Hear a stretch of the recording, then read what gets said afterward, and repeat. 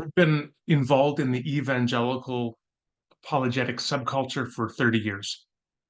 One of the things that disturbs me about that subculture, which I've seen time and again, is that many leading evangelical apologists will misrepresent the views of other people while professing themselves to defend truth and claiming that the other people, their critics or their interlocutors or their targets, actually don't care about truth, that they are pluralists or relativists or skeptics about truth, when often that is, in fact, not the case.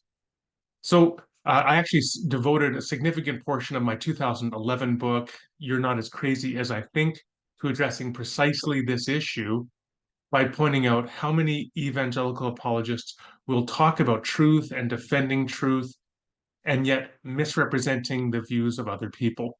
One of those individuals, I'm sad to say, is Nancy Pearcey. She's well known in terms of building her brand on the defense of truth. She published a book close to 20 years ago now called Total Truth. She's published not, at least one other book talking about defending truth. And yet she, I have seen, will misrepresent people. And an example of that I'm going to give you now. But this is not about Nancy Pearcey per se. This is about a problem that I've seen time and again within evangelical apologetics. So here's the tweet, just came out the other day. Here, Katherine Maher is the target. Katherine Maher is an American CEO, current CEO of NPR. Formerly, she was head of the Wikimedia Foundation, which is going to be relevant precisely for the clip that is presented in this retweet. But here's what Nancy Pearcey says. She says, CEO of NPR, and then she quotes her, our reverence for the truth, and then she synopsizes or summarizes what she's saying, is a distraction and gets in the way of consensus and getting important things done. Now, the message here that is clearly being conveyed by this tweet is that Katherine Maher doesn't care about truth, that she's somehow opposed to truth, disregarding truth. And this, of course, is something that Nancy Pearcey, as the Christian apologist who defends, quote, total truth, wants to oppose. Now, the first thing I want to do is I want to actually play the clip that she has retweeted here. And then I want to just kind of talk more broadly about the actual talk from which that clip is drawn and debrief that and show how there's that Nancy Pearcey just misrepresenting by implication what Katherine Maher is actually saying. So here's the clip from Maher's talk, which was a TED talk. I think our reverence for the truth might have become a bit of a distraction that is preventing us from finding consensus and getting important things done. So I think it's pretty clear from the clip that the purpose here is to suggest that by showing that clip, that Katherine Maher devalues truth. She doesn't think truth is important. Rather, she just wants to, quote, get things done. And this is opposed to what Nancy Pearcey is interested in, which is defending truth. Now, it's also worth keeping in mind that Nancy Pearcey's ministry is predicated on having an enemy that wants to undermine and weaken truth, because her ministry is focused on defending Christian truth with a capital T, you could say. And so to give examples where people are opposed to that serves the interests of her ministry. So just worth keeping that in mind, that she's going to have that lens on it. Now, here's my key objection to the way that this is presented, that I think clearly what is happening here, which will become clear, I believe, if you watch the entire 15-minute TED Talk. It's not too long, it's 15 minutes, which I've linked below in the show notes here. What will become clear is that what is happening here in this tweet, by showing this little like 10-second clip, is that the original tweeter, and then by implication, Nancy Pearcey, just through retweeting and synopsizing the content of the clip, they are quote mining. Now, to quote mine is to take a specific quote out of context, and that's not providing the context, and to misrepresent the whole in order to suit some particular perspective. And in this case, I think what that perspective is that people from the secular left-wing media here, they highlight the fact that she's now CEO of NPR, National Public Radio, is that this shows their bias against truth, that they're opposed to truth. Now, let me say two things actually at the outset before talking about the actual content of the TED Talk. The first thing is, sure, NPR has a bias. So does Fox News. Uh, so does Newsmax, even more so, I would say. Well, so does the CBC in Canada and the BBC in Britain and Al Jazeera and The Guardian and the New York Times and the Washington Post. Every form of media has a bias. That's clear. The fact that something has a bias, is a particular slant, a particular interest, doesn't in and of itself negate it as a media form. What it does mean is you have to critically consume whatever it is you're drawing from. So we have to get away from what I think is tacitly undermining a lot of this analysis, which is a kind of binary thinking that if something has a quote left-wing bias, as NPR allegedly does, well, then that's bad and you don't consume it. But it's okay if it has a right-wing bias, perhaps like Fox News would, that's okay, but not NPR. No, everything has a bias.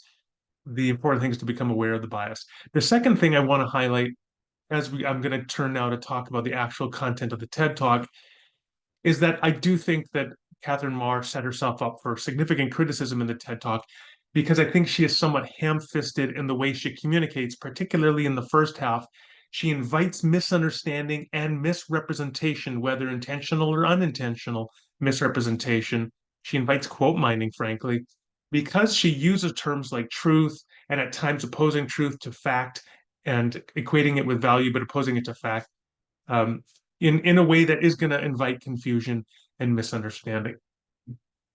So I'm saying to some degree I'm sympathetic with the critics. I understand where the critics are coming from. Having said that, if you are going to present yourself and your ministry as committed to truth, then you really have to take the time to watch the TED Talk in question, make sure you're not quote mining and misrepresenting it, and understand what she is actually trying to say.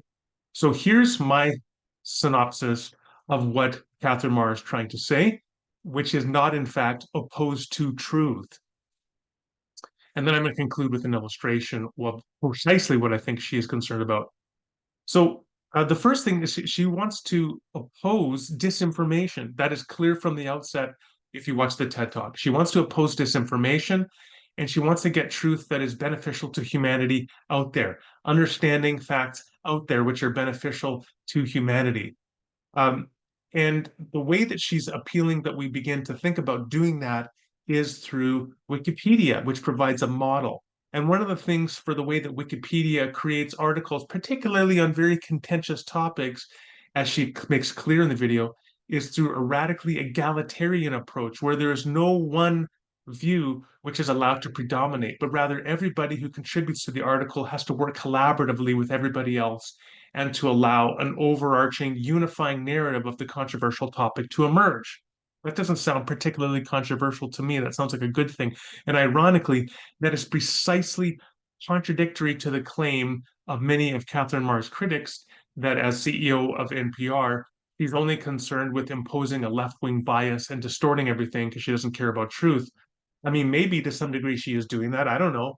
But what is clear from this TED Talk is that what she's teaching here is based not upon NPR or a left-wing media bias, but rather on the radical egalitarianism that comes through the model of the sharing of knowledge and information that comes with the Wikipedia platform. So then she has this really important term she quotes. She calls it minimum viable truth. If you actually take the time to watch the TED Talk, you will find she explicitly defends truth here.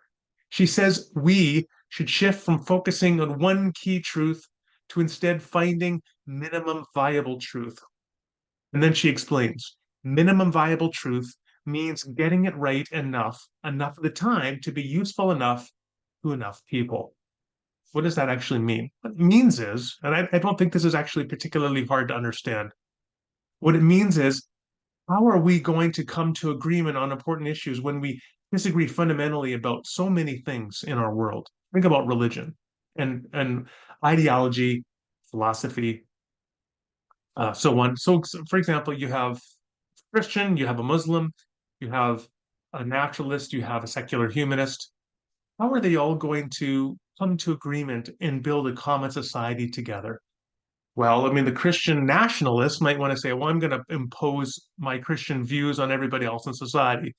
The Muslim who wants to do the same thing with Sharia law, or the naturalist might want to do the same thing by imposing an ideological naturalism or secular humanism on everybody. That's the one way. That's not the way that Catherine Maher thinks we should go about, by implication, building a society that where we have a plurality of perspectives that need to learn to live together. Rather, we need to look to strive for a minimum viable truth. Wikipedia provides a way to do that as a model, which potentially could be used in societies where people disagree because they have different religious and philosophical and ideological perspectives. The same thing, of course, when it comes to politics. We're across the spectrum when it comes to politics. Rather than simply impose our political will on other people, perhaps we ought to look for the collaborative and radically egalitarian perspective that comes with the Wikipedia conversation. So this is just the basics. This seems to me to be a pretty sensible proposal, what she is arguing for here. And she gives concrete examples of what she's talking about. But I want to conclude now by providing what I think is the perfect example, in my estimation, for what she is talking about. And it comes from a book called Bruchko, which is a classic of modern missiology, written by Bruce Olson, a missionary that I had the privilege to meet 20 years ago. So I talk about this in my book, Conversations with My Inner Atheist. And I believe that Bruce Olson's illustration with the people that he served with, the Mottoloni people, provides the perfect example for the minimum viable truth that Catherine Maher wants us to strive for. Rather than to get everybody to agree in the biggest, highest level on what maximum reality is in terms of our religious and philosophical perspective, let's start with pursuing minimum viable truth. That's what Bruce Olson does. Here's the gist of the story. So Bruce Olson in the 1960s, he goes to live with the Mottoloni people, I believe in Colombia, if memory serves, in Latin America. And when he goes to live with them as a Christian missionary, he wants to, of course, bring about a Christian transformation of the Mottoloni people. And the one of the first power authorities he has to encounter and learn to work with is the witch doctor. Now, of course, in some versions of Christianity, the way that you encounter someone like the witch doctor is you said, oh, you're just a person, a demonic person, and I need to just directly contradict and challenge your worldview with my worldview and have a power encounter in which I'm going to humiliate you and disenfranchise you from the Mottoloni people and have everybody move from following the witch doctor to following Bruce Olson and his Christian proclamation. That's one way that evangelism has been done throughout history. I mean, it goes back to like Saint Boniface having his alleged power encounters and cutting down the sacred tree in order to bring of the pagan Germanic tribes in order to bring about conversion. Bruce Olson does a very different thing. And I don't think you can argue, frankly, with his success because he lived with the Mottoloni people for over 50 years and brought about a mass transformation of the tribes and community. But here's the thing. He recognized that the witch doctor, uh, that she was not evil. She was a person who had a particular worldview that believed in a sort of animism in which demons enliven the forest, and when people got sick and ill, it was her role to try to bring them back to wellness by fighting the demons that were afflicting them. And so Bruce Olson said, "Look, I should view her as an advocate, as a co-partner in truth." Because she wants to bring about healing and wellness in the tribe just as I do. That's where we begin to think about minimum viable truth. So then Bruce Olson asks this great question. How can I, as a Christian missionary, begin to introduce modern science, hygiene, medicine into the tribe in a way that will benefit them without having to overtly challenge every aspect of the witch doctor's worldview? And he looked for opportunities to do that. These are what missiologists call points of contact, and they call this accommodation and contextualization. So an outbreak of pink eye occurs within the tribe. Everybody's getting ill from pink eye. And the witch doctor is doing her chance to try to make people better from pink eye, and it's not making any difference. So this is what Bruce Olson does. He reaches out to the witch doctor as an advocate. He says, "Why don't we? I have my own magic," and he holds up some terramycin antibiotic cream, and he says, "Why don't we use my magic along with your chance, your therapeutic chance, and we'll see if that helps." And so she agrees. Okay, my chants alone haven't been working. Let's combine your magic, the therapeutic or the terramycin antibiotic cream with my chants. They do that, and lo and behold, people recover. At that point, rather than challenge and humiliate the witch doctor, Bruce Olson has made her an advocate. Later, there is an outbreak of illness due to poor sanitation. And I'm going to quote from Bruce Olson now, as quoted in my book, Conversations with My Inner Atheist. So, what he says, "I went to her and told her I wanted her to see some of the evil spirits that led to disease and death. I took out my microscope, which I had brought to the jungle, and I put a lump of dirt under it. I had her look into the eyepiece. 'Oh, yes, I can see them dancing around. That is the spirits,' she said, and she began singing her chants. And then I put some disinfectant on the dirt and told her to look again. She saw that the disinfectant had killed the germs. It shook her. She had seen that the germs didn't die when she sang her chants. Over a period of time, she introduced disinfectants into the normal ceremonies of the Motolonis." Again, what Bruce Olson did here, rather than challenge every aspect of the witch doctor's worldview or humiliate her, embarrass her, marginalize her, he sought, how can I find minimum viable truth with her? She's going to think in terms of the demons in the forest. I'm going to think in terms of modern science bringing about healing. And together, we can stop the pandemic. And I don't need to challenge her entire worldview in order to find the minimum viable truth. And here's the key: that minimum viable truth for Bruce Olson actually leads to a greater macro truth when the tribe eventually embraces Christianity and has a mass conversion. The way that you make a difference, the way that you're going to change the world is by saying, how can I find that minimum viable truth? How can I begin to build a bridge with people who share so little with me? Now, the irony is, I think the thing that Bruce Olson does here and the thing that Katherine Maher is talking about is really not that different at all from what Paul, the Apostle Paul, talks about in Acts 17.